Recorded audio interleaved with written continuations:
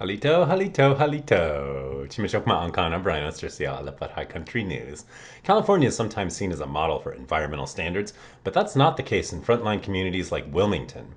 The air smells like sulfur there, and residents avoid the outdoors because industrial sites, including the nation's largest port and largest concentration of oil refineries, are belching over 2,000 pounds of toxic chemicals into the air every day.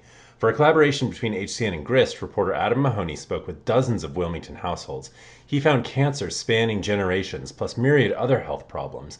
And even if people wanted to move away from Wilmington, rising rents have left them with no escape route.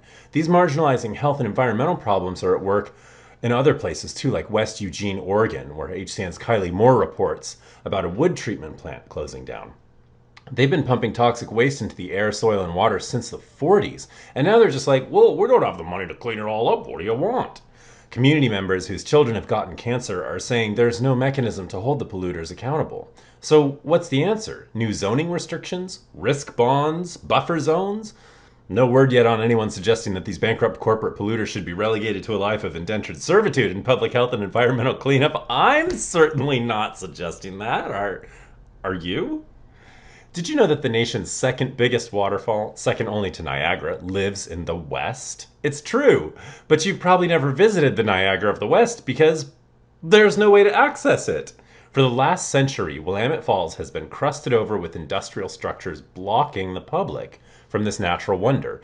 Now, tribes are working to restore public access to the falls, but it hasn't been going all that smoothly. When one tribe maneuvered for total control, things took a turn for the political. Read my new story about the tenuous future of the falls and the many factors influencing it.